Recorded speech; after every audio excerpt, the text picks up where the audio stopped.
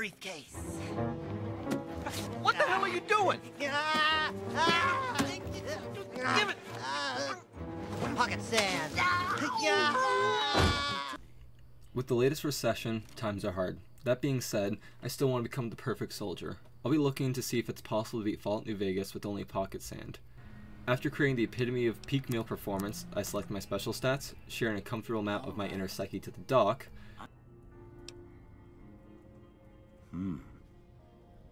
Sometimes when you give tests like this, you learn more than you was hoping for. After I liberate some medical supplies, I start making my way up north to Red Rock Canyon, where I come across some signs. But surely they can't be that important, right? That sign can't stop me, because I can't read.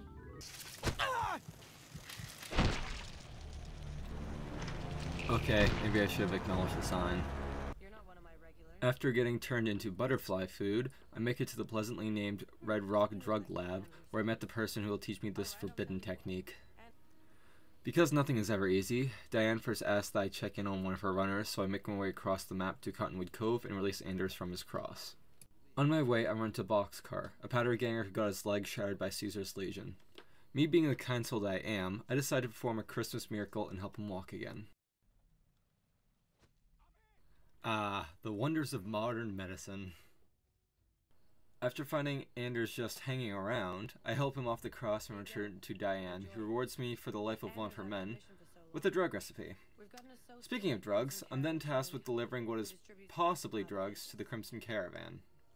After delivering the package, I return to Diane, who then asks me to deliver what is undeniably drugs to known drug fiends, some of whom are completely feral. But considering there isn't any other way to learn how to throw sand at people, I drink a big glass of fuck it all and start making my way to Vault 3. When I arrive at Vault 3, I'm greeted by an NCR Ranger, which is kind of like running to a cop buddy while you're visiting a crack den. Unfortunate timing. That being said, it doesn't cause many issues as I'm able to deliver the copious amounts of drugs to Motor Runner, and I'm even able to use the NCR Ranger to help me leave the vault by using him as a meat shield.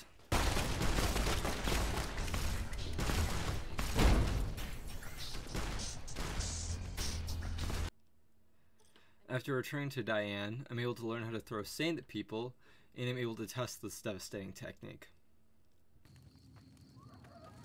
Ha! Hey! Whoa!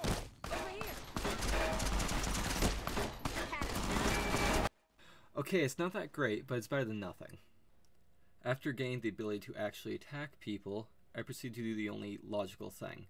Gamble. I head to the Atomic Wrangler and gain 1,000 caps from Blackjack. Next, I buy a Power Fist, then progress the main story a little bit by heading to the tops and assassinating Benny. Don't worry though, I made sure to make his death look like an accident so no one will suspect that I killed him. With Benny taken care of, I met up with Yes Man and made him feel guilty about getting me shot.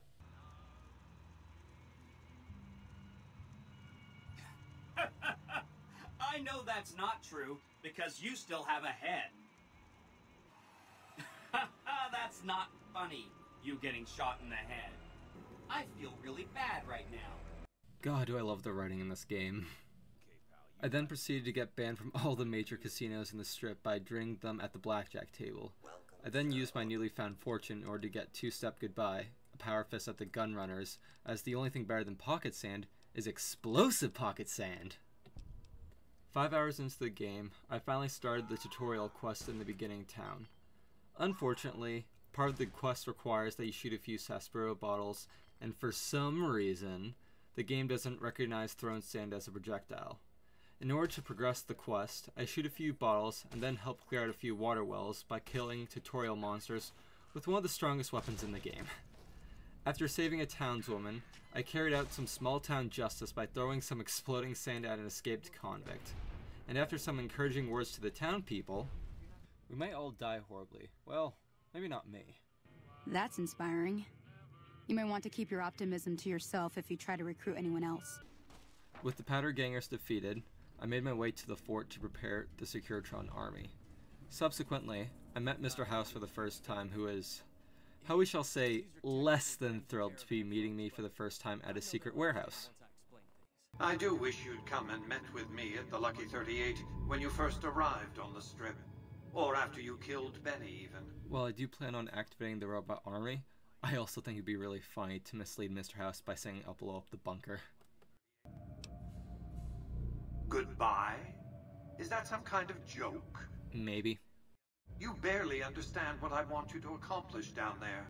But that's not going to happen, because you're going to work for me. About that, I'm going to do as Caesar asks and blow everything up down here.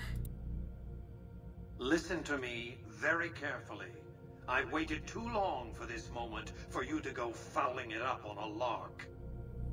Do as I say, and your rewards will be immense. Thwart me, and your punishment will become the purpose of my existence. Nope, I'm going to blow it all up anyways. Then, there will be no safe haven for you. After ultimately doing what Mr. House wants, and giving him an aneurysm in the process, I decided I should do some good and head to Primm to help bring law back to the town.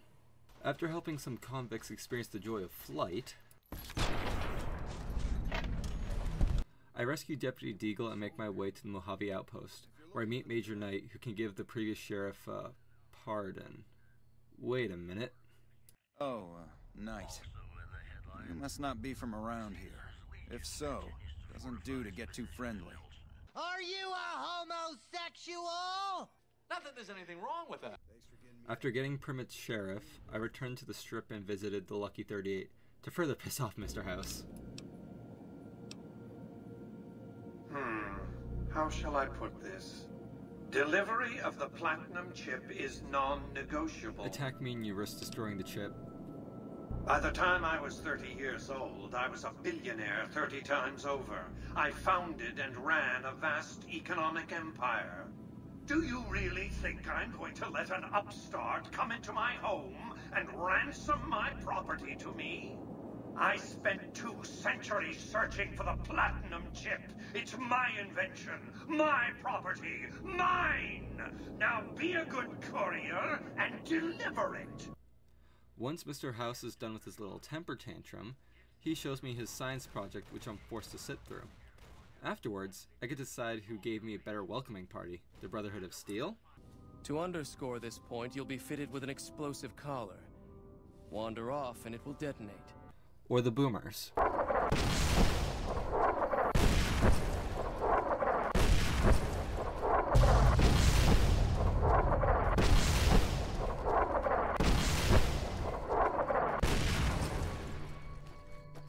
With this warm welcoming, I decided to help the Brotherhood of Steel in order to learn how to wear power armor.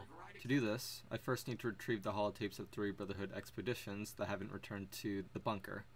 The first 2 are relatively easy to get, while the third requires me to use some of the vast intelligence I have to get past some security. 3rd floor access is for executives only. Please identify. Ice cream! Thank you, sir. Have a nice day. Ultimately, I'm able to retrieve all the holotapes and return to Paladin Hardin, who I give the holotapes to, and explain that because Elder MacMonera ordered Hardin's men, he violated the Brotherhood of Steel's rules, which allows Hardin to become Elder. Soon afterwards, I asked to join the Brotherhood of Steel, and he agrees, on the condition I destroy the Van Graffs, an energy weapons dealer. Conveniently, I find someone else who wants the Van Graffs destroyed, so I decide to kill 2 birds with 1 stone. Fortunately for me, the Van Graffs are in need of some extra security, so I take on the job and help filter in who's allowed into the store. I decide to piss them off by doing a really shitty security job, but what's the worst that can... Shit. The remaining Van Graff isn't too thrilled I made him unemployed, so I decide to use the opportunity to turn him into a human grenade. The power of pocket sand, people. After discovering that Alice McLafferty is a high-functioning alcoholic, I help Cassidy finish her revenge by assassinating McLafferty the stealthiest way I know.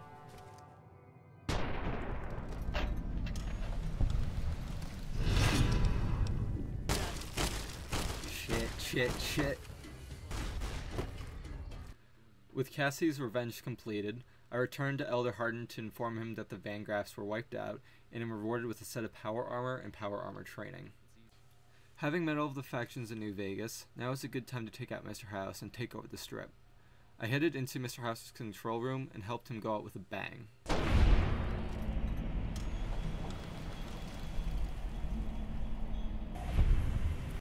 Now that Mr. House is gone, I installed Yes Man into the mainframe and then headed to the El Dorado substation in order to power the Securiton army at the fort in preparation for the Battle of Hoover Dam. With everything prepared, the battle for Hoover Dam can start. After fighting through some legionaries, I reached the control station and decided to power the fort, which Yes Man is a little too excited for. Nice to Yes! This is gonna be fun! Once the dam is safely in my control, I fight my way through the fort and reach Legate Lanius. After challenging him to a one-on-one duel, I juice on all the drugs in my inventory and start throwing sand as quickly as I can. Soon the unstoppable warrior starts running like a bitch, which is annoying since he's faster than me. Eventually I catch him and meet with General Oliver, and after he refuses my generous surrender terms of the dam in exchange for his life, I have Yes Man give him a personal lesson in flight and prove that it is indeed possible to beat Fallout New Vegas with only pocket sand. Thank you for watching, and see you in the next video.